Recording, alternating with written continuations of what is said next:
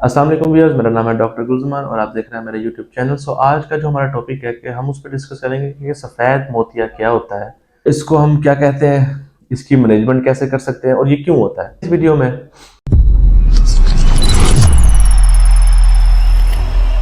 सफ़ेद मोतिया ये होता है कि जी अल्लाह पाक ने हमारी आंख के अंदर एक लेंस रखा है जिसको हम क्रिस्टलाइन लेंस कहते हैं।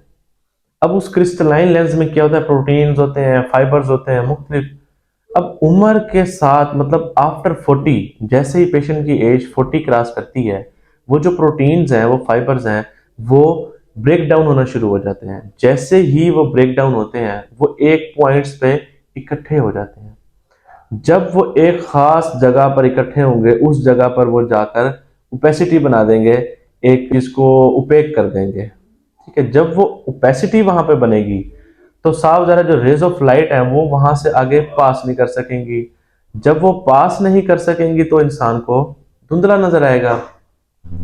अब इसमें पेशेंट की कंप्लेन क्या होती है? अब इसमें पेशेंट्स की कंप्लेन ये होती है जी, एक तो उनकी ग्रेजुअली डिक्रीज ऑफ विजन, मतलब जो उनकी दूर की नजर कमजोर होती है वो ऐसिता ऐसिता वक्त के साथ होती है। ठीक है जी।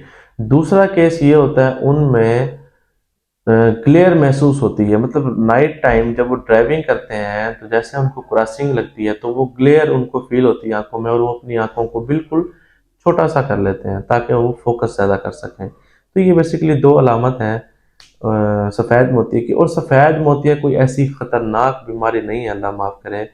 हमें बस इसको समझने की ज़रूरत है। लोग बहुत डरा देते हैं मरीजों को, जी आपकी आंख में सफ़ेद मोतिया हो गया है, तुसी बस कल ऑपरेशन कराने दे तो अख खत्म है।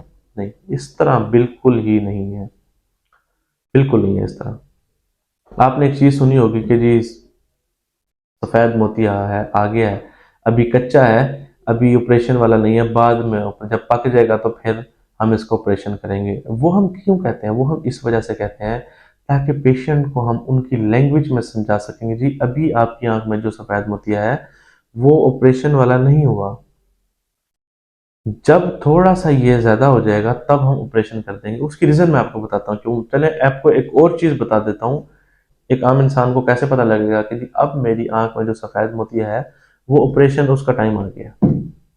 आप घर बैठे भी चेक कर सकते हैं इस ये भी मैं बताता हूँ। सफेद मोतिया की टाइप्स होती हैं जी। सबसे पहले ये एक लेंटिकुलर चेंजेस में तब्दील होता है, मतलब लेंस चेंज हो रहा होता है, जिसको हम, अगर आप हमारे पास आते हैं और हम देखते हैं लेंस में हल्की हल्की चेंजेस होते हैं जिसको हम कहते हैं लेंटिकुलर चेंजेस। फिर इसका जो नेक्स्ट स्टेप होता है, अगर ग्लासेस लगाने के बाद भी आपकी नज़र बेहतर ना हो तो इसका मतलब ये होता है कि अब आपका जो सफ़ेद मोतिया है वो ऑपरेशन वाला हो गया है। अगर ग्लासेस लगाने के बाद आपकी इम्प्रूवमेंट हो रही है और आपको सही नज़र आ रहा है तो इसका मतलब है आपकी आंख में सफ़ेद मोतिया तो है, लेकिन अभी ज़रूरत नहीं है ऑपरेशन करवाने की। ये एक चीज़ समझ लें, और ये कोई ऐसी खतरनाक वाली बात नहीं है, सफ़ेद मोतिया की बात होगी यहाँ पे, जिसको हम कैटरेक्ट कहते हैं। एक चीज़, अब इसकी जो नेक्स्ट स्टेप होता है उसमें ये मैच्योर हो जाता है, जिसमें हम एडवाइस कर देते हैं कि जी अब आप ऑपरेशन करवा लें। मैच्योर का मतलब पूरा पक चुका होता है, पेशेंट को सिर्फ हैंड मूवमेंट, बस ये हाथ इस तरह करेंगे तो उसको महसूस होगा, अदरवाइज कुछ नजर नहीं आ रहा उसको। अगर आप इससे भी और लेट करते हैं, वो नेक्स्ट स्टेप चला जाता है कि हाइपर मैच्योर हो जाता है, ये टेंस हो जाता है, तो वो सफेद मोतिया काले मोतिये में तब्दील हो जाता है, जो बहुत ही खतरनाक है। सफेद मोतिया जब काले में तब्दील हो जाए तो वो बहुत खतरनाक साबित होता है, उसमें आपकी आंखें बिनाई जा सकती है। आपने सिर्फ ये जज करना है कि आपकी जो दूर की नज़र है वो ऐनक के साथ, अगर तो जब तक ठीक है तब तक आपको ऑपरेशन की ज़रूरत नहीं है। जब ऐनक के साथ भी इम्प्रूवमेंट नहीं आ रही, नज़र बेहतर नहीं हो रही, तो इसका मतलब है आपका जो सफ़ेद मोतिया है वो ऑपरेशन वाला हो गया। अब इसकी मैनेजमेंट किस तरह की होती है? इसमें कोई ऐसे ड्रॉप्स नहीं है। हमारे पास बहुत सारे पेशेंट्स आते हैं कि सर कोई दवाई दे दियो, मैं माड़ा बंदा, मैं ऑपरेशन नहीं करवाना। कुछ लोग डर जाते हैं कि ऑपरेशन के। इसमें परेशान होने वाली बात ही नहीं है। कोई ऐसी मेडिसिन, कोई ऐसे ड्रॉप्स नहीं बने जो इसको ठीक कर सकें। इसका एक ही हल होता है, उसका एक ही प्रोसीजर है, वो है सर्जिकल प्रोसीजर।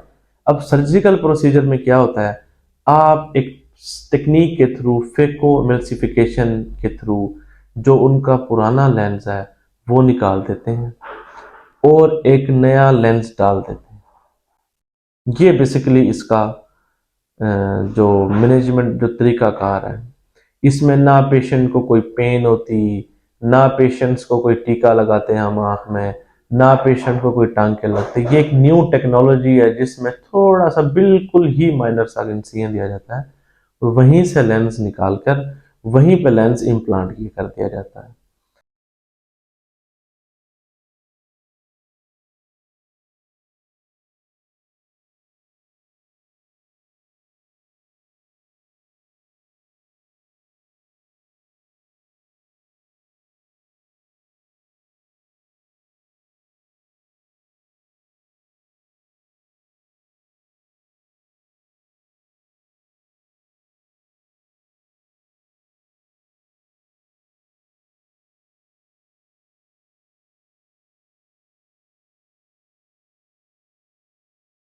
अब जब हम लेंस डालते हैं ना, तो उस लेंस में सिर्फ ताकत होती है दूर देखने की।